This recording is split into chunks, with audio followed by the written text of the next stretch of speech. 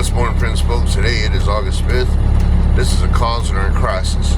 Psalm 74:22 reads, "Rise up, O God, and defend your cause. If you give it to the Lord, I guarantee He will defend it." Remember, we are soldiers on His line. He's the war chief. Against the thief becomes steal, kill, and destroy. And He will show our hearts how to be healed, redeemed, and restored. A quote from A.W. Tozer reads, "To pray effectively, we must want what God wants." That's why we read the Bible. The basic instructions before leaving Earth. When crisis first hits, it's all about us.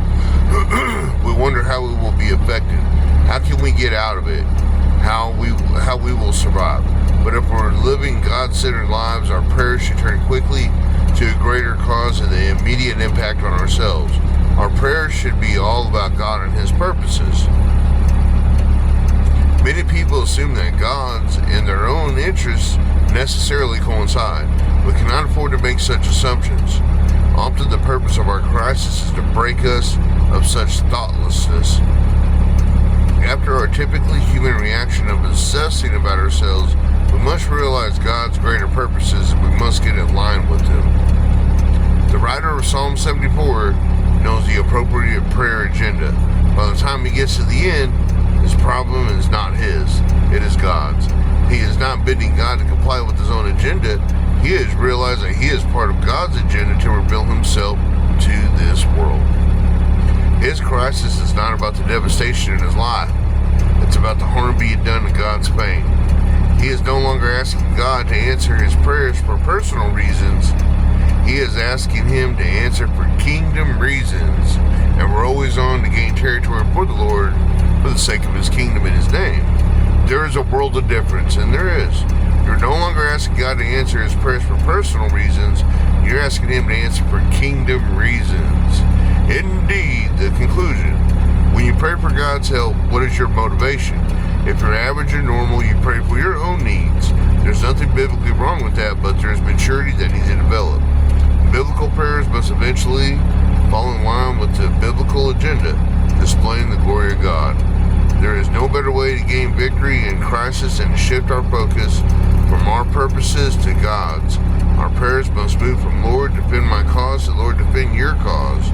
The cries for help that begin with our own desperation must end with a deep concern for the work of God and the reputation of his name.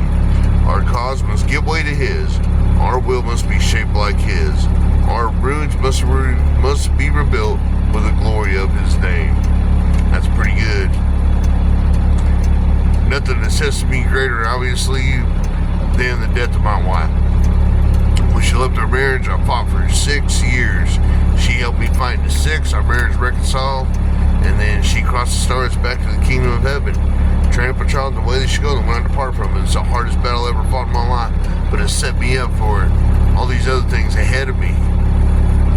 And now it's been over 4.5 years or so since she crossed the stars, but our marriage was saved because I would not give up, and I was in crisis. I was not myself for the first 2 years. I was a mad, confused, pitiful, and this and that. But something happened after the 2 years of tears falling from my eyes and cake and cubbies as we prayed on our knees. When I get done crying, I look up and see my girls crying because her mom wasn't there, and I was crying because my wife wasn't there. But something happened after the first 2 years. We started learning how to live without her, but God was always there. Emmanuel is another word that Jesus had, meaning God is with us. He's never forsaken you. It's not him that leaves us, it's us that leave him. If you leave him out of your situation, your crisis will be ruins. But remember, he can take a wasteland and turn it into a paradise. And this is what he did in the marriage that I had to the woman he gave me for 17 years. Mohea Windana, Cheyenne Way, that means magpie feather woman. That was her stock name. The Annie Bearshot Hunter, job well done, good, faithful servant. And she did exactly what it says right here. Our ruins must be rebuilt for the glory of his name. Because she asked him to be back in her heart, she was forgiven. Our marriage was reconciled. And she went home to the kingdom of heaven. And we have the memory of her in the tablet of our heart. And that helps me face any kind of crisis today. It helps me give advice to a lot of women. Men seem not to listen to me when it comes to this, but the women do. I don't know what the men's problem is these days. They don't don't want to be the leaders. They want to wear dresses and paint their nails. How you gonna save your marriage doing that, man?